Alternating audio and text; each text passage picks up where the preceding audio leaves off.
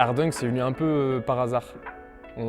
C'était en 2012 pour les JO de Londres. En fait, on a échangé avec Kadour, on s'est dit ouais, ce serait bien quand même un jour d'avoir le dunk au JO. Lui, il avait déjà cette réflexion-là depuis un petit moment. Et un jour, je lui ai dit, bah attends, moi j'ai envie de faire un événement. J'avais quoi? J'avais 16 ans, 17 ans. Je lui disais ça sans vraiment savoir comment organiser un événement. Et quand j'ai voulu vraiment organiser l'événement ou mettre quelque chose de sérieux, où je voulais faire juste un show de dunk, il y a quelqu'un qui m'a dit mais tu sais qu'il faut une association en fait pour faire ça. Tu peux pas juste arriver et dire oui, je t'organise un événement. Il y a un budget derrière, il y a des assurances, il y a tout ça. Et j'ai dit bah ok, je vais créer une asso. Donc le soir même, je me suis posé en rentrant de chez moi. Je fais bon, comment on fait? Je vais sur Google, créer une association. Le lendemain, je me suis dit bah il y a School of Hard Dunk dans la Slam Nation, donc l'école du dunk dur.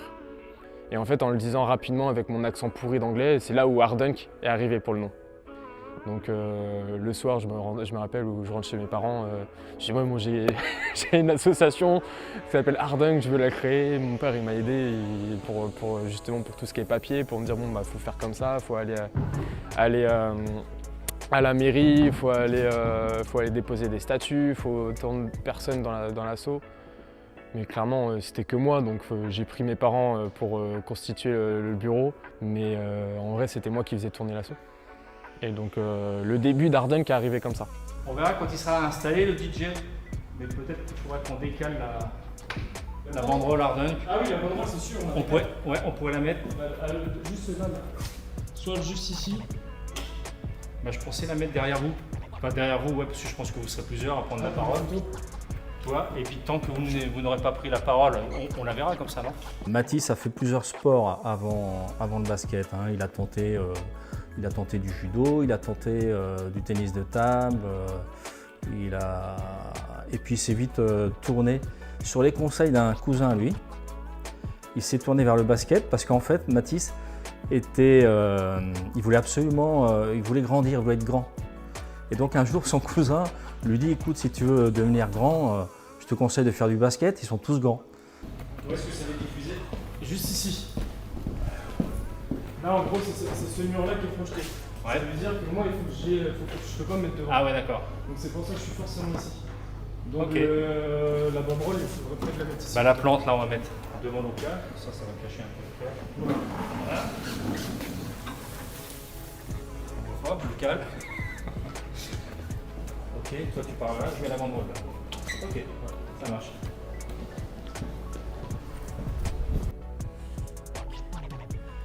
C'était la maman là.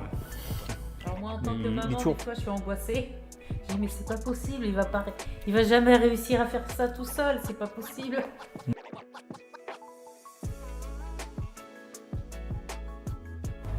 Peut-être que Mathis voudra faire des modifs.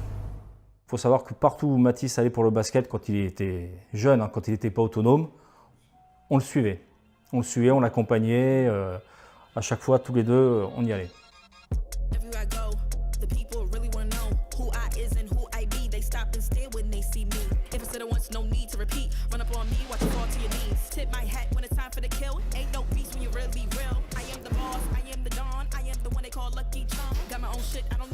Moi, ce que je te conseille de faire pour être plus optimal, c'est-à-dire que tu vas te déranger comme ça. Ouais, pas de problème. Genre, ça a l'air cool. Il m'a dit qui tu fais venir là, c'est vraiment pas mal. Le suspense, vous les gars, le suspense. Il aurait pas dû le faire venir, lui. Non, mais en vrai, c'est incroyable. Je l'ai fait venir pour la première fois en 2015 quand personne ne nous connaissait. C'est incroyable. Hein. Je l'ai vu, il est vraiment connu de ouf. La création d'Hard Dunk, ça vient aussi par différentes rencontres. Je pense qu'il faut revenir un peu à la base. C'est-à-dire que quand la vraie anecdote, c'est quand j'avais 8-9 ans, quand j'ai commencé le basket en fait. Quand j'ai commencé le basket, il y avait un dessin animé qui s'appelait Foot de rue. Foot de rue, je regardais ça quasiment tous les soirs. Et à un moment, je suis allé sur internet, j'ai tapé basket de rue, parce que je me suis dit, s'il y a ça pour le foot, il y a forcément ça pour le basket. Donc j'ai trouvé un tournoi qui s'appelait l'Asphalt parce qu'il n'existe plus. Ça devait être 2005 ou 2006 où j'y suis allé. Et c'est là la première fois où j'ai rencontré Kadour en fait. À savoir que je l'avais déjà vu lui la même année au All-Star Game gagner justement son concours de dunk. J'étais allé en déplacement avec mon club de basket Montfort et c'est là où j'ai découvert pour moi la première fois le dunk. Non mais je suis content, déjà je suis fier de toi, je veux le dire, tu vois.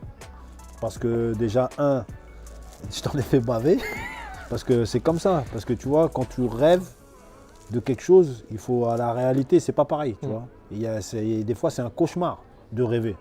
Et là, c'est vrai que là, j'ai vu que déjà, tu avais pris, déjà pour organiser un événement, pour que ça soit dans les conditions où on était, où tu avais ramené du lourd déjà. Je dis, ouais, il n'a pas froid aux yeux. Ouais, ben, il a ramené Black Panther, il a ramené Adventure, il a ramené Spider-Man, il a ramené Thanos. Ouais, tu veux quoi, tu veux... Captain America. Ok, pas de problème. Là, je voulais voir ton point de vue. Parce que mais t'as peur de quoi là en ramenant tout ça là? Et on s'est capté comme ça avec Kadour, il m'a pris un peu sous son aile pendant le tournoi. Et tous les ans, je le voyais. Avec différents échanges, il m'a dit oui, le dunk, sa vision du dunk, comme quoi il aimerait que ce soit un sport. Mais oui, l'objectif premier d'Ardunk, c'était de promouvoir en fait le dunk.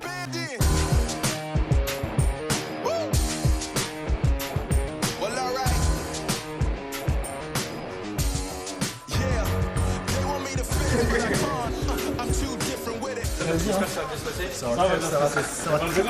va pas de raison.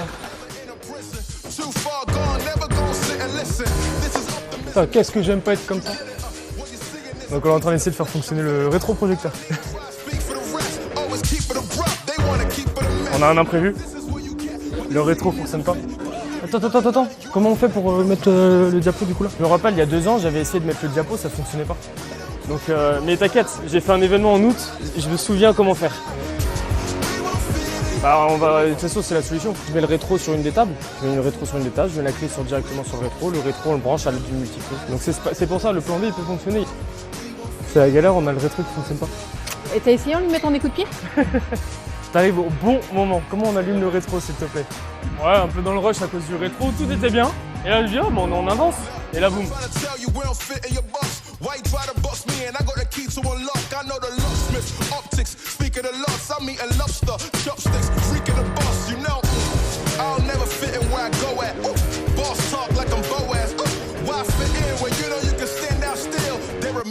Ah, si je débranche là-dessus et que je rebranche.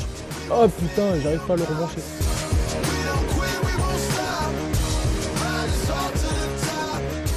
Bah là, en gros, personne sait.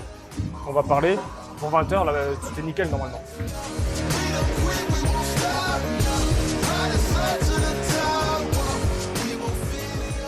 Bon, nickel, c'est bon, et hop là, ça va le faire. Il y a le match de célébrité le samedi soir. On a des équipes des États-Unis, d'Afrique, c'est-à-dire Centrafrique, Congo. On a aussi des Européens avec les Pays-Bas, l'Angleterre. Et bien évidemment, on ne va pas oublier, on a quand même des Français et des locaux. Donc on a des engagements aussi caritatifs. Là, cette année, on a décidé de reverser 50% de nos bénéfices à l'association Fort Rose. Une association qui a été créée en 2018. Depuis 2017, moi je passe beaucoup de temps à l'hôpital sud de Rennes à côtoyer des enfants qui ont des cancers, qui ont des rechutes de cancer, qui vivent beaucoup de temps à l'hôpital, dont ma fille. Et donc c'est bougé. J'ai créé tout un collectif de potes.